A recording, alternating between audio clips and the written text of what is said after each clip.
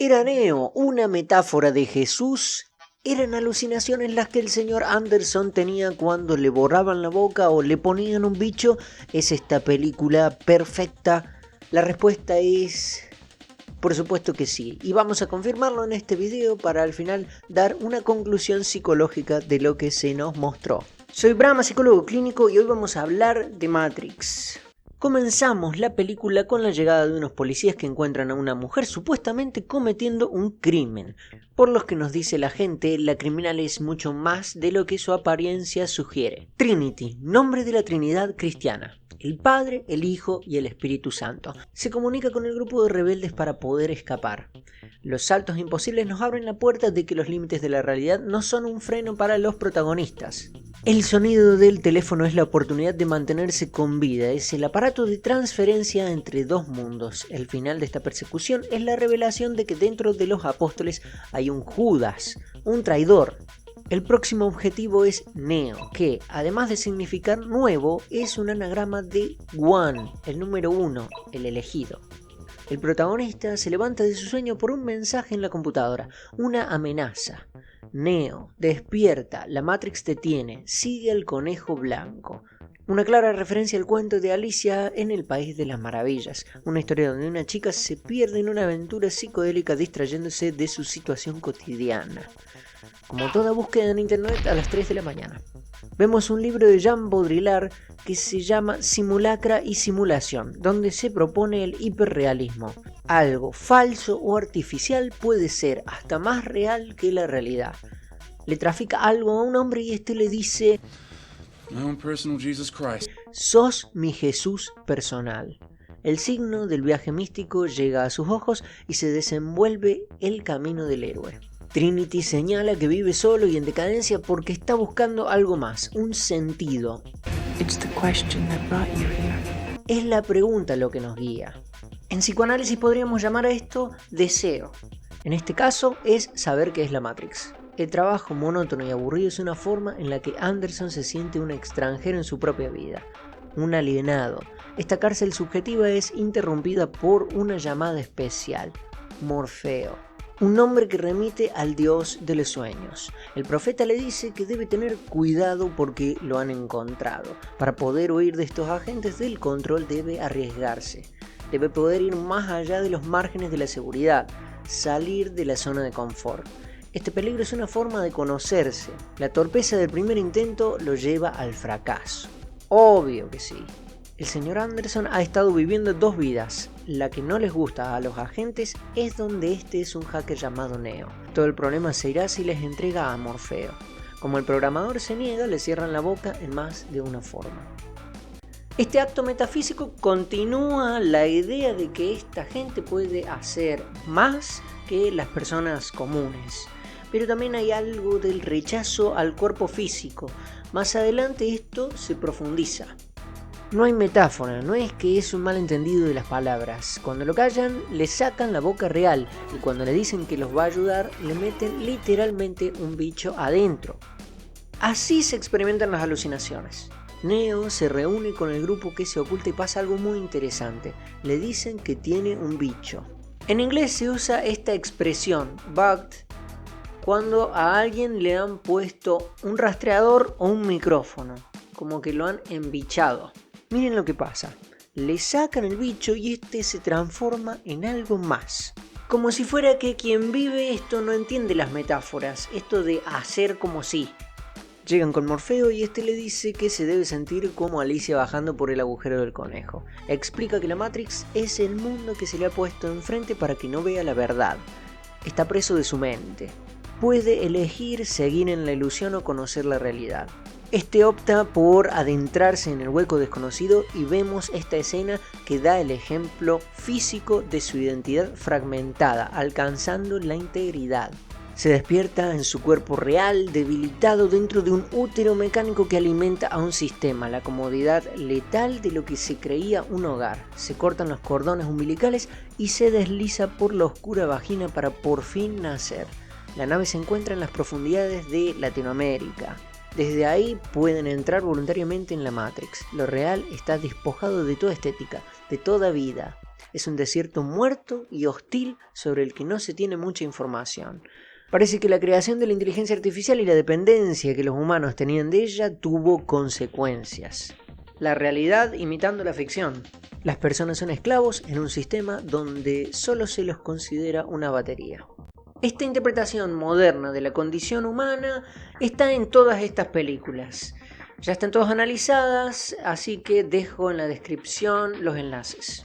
Hay una leyenda de un hombre que podía reformar la Matrix como quería, que fue él quien liberó a los primeros humanos. El oráculo predijo que esa persona volvería. Morfeo cree que Neo es ese Jesús. Tank, uno de los miembros de la nave, dice haber nacido en el mundo real y por eso no tienen ningún cable. Es un hijo de Sion, el último lugar que le queda a esta gente. Sion como la ciudad de Jerusalén según la Biblia. El entrenamiento comienza y le recuerdan que como está en la Matrix algunas reglas se pueden romper.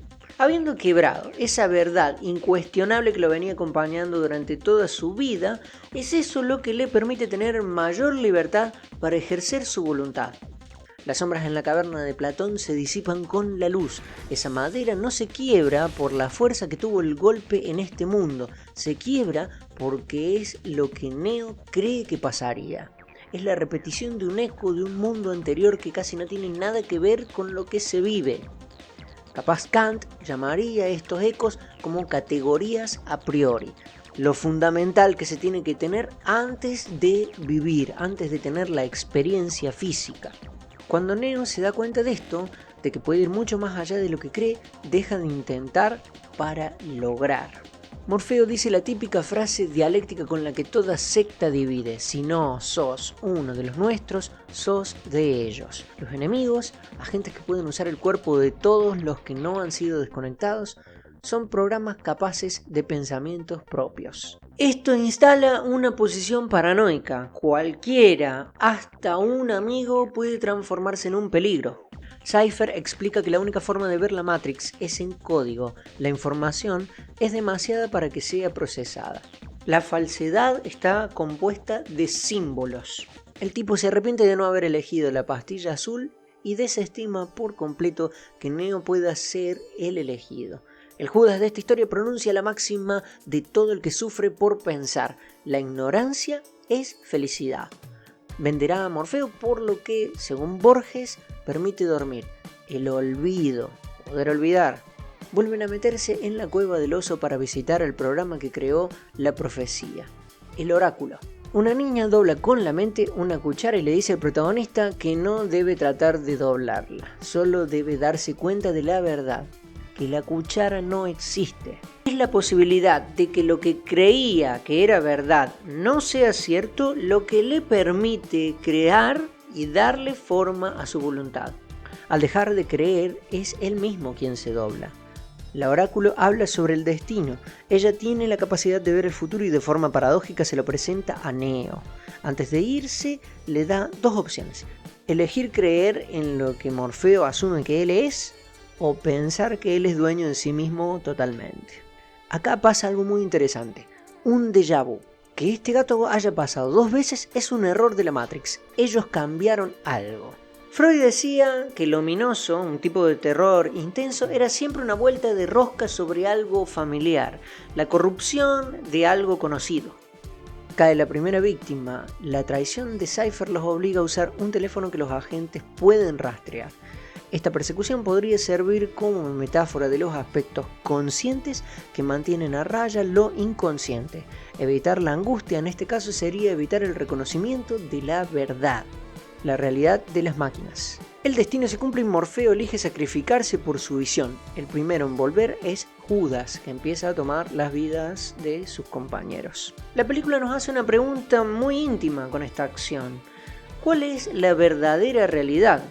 Si nosotros tenemos las opciones de una mentira cómoda y una verdad insoportable, entonces, ¿qué es lo que guía la voluntad?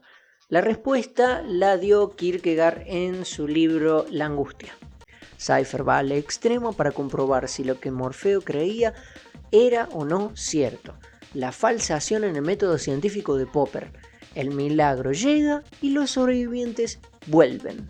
Si existe la verdad, existe la mentira. Si existe la luz, existe la oscuridad. Y si existe Neo, entonces existe el agente Smith.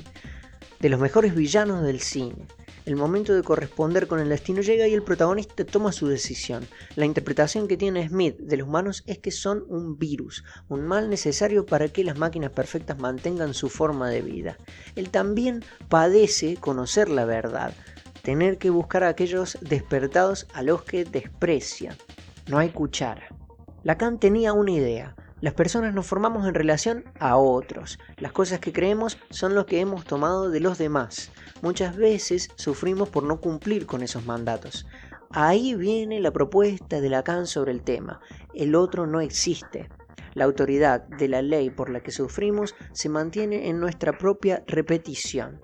¿Quién es realmente ese otro que cree que somos malos o al que le hacemos daño? Capaz una proyección nuestra que nació de nuestros orígenes. La cuchara no existe. La diferencia que tiene el agente Smith de los demás programas es que hay algo personal que lo motiva. Tiene una búsqueda propia que no coincide con la indiferencia de las máquinas. Esto en la clínica psicoanalítica se llama sujeto. Hay algo en Smith que está entre nacer y morir. Para culminar con la metáfora de Jesús, ¿qué es lo que hacía falta? Una resurrección, y así alcanzar el estatus metafísico del elegido. Así termina esto que es perfecto, con un temazo de Rage Against the Machine. Menos mal que fue Keanu Reeves y no Will Smith. Esta idea sobre la sospecha de que hay cierta falsedad en el mundo y que este relato está siendo controlado por un grupo élite es la base de un montón de ideologías, de filosofías, de partidos políticos y de religiones, pero hoy me gustaría hablar desde la perspectiva psicoanalítica. Acá falta algo. Los números son un tipo de símbolo, una forma de ordenar, así como las palabras, lo que veíamos caer en la Matrix, o podríamos poner el ejemplo del símbolo de la cruz cristiana. La cuestión es que cada orden trae consigo una falta. Si nosotros no supiéramos que después del 2 y antes del 4 hay un 3, acá no pasaría nada. No faltaría nada. Pero este hueco, ese hueco que se crea, es intrínseco a toda estructura simbólica.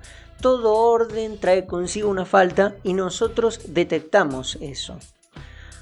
Por poner un ejemplo, digamos que tu pareja te dice es solo un amigo. Si nosotros tomamos esa frase como literal, no pasa nada. Pero hay algo en lo no dicho, hay algo que falta que hace que uno pueda pensar algo más. Como por ejemplo que tu pareja te está metiendo los cuernos con ese amigo. Esta falta se experimenta en nuestras vidas porque estas implican cierto orden. Entonces este hueco se puede experimentar, puede estar articulado de distintas formas a distintas personas. Por ejemplo, algunas pueden experimentar una alucinación y otros experimentarán esta falta como la insistencia de un recuerdo molesto, por poner un ejemplo. Por hoy dejamos acá, nos vemos en otro video.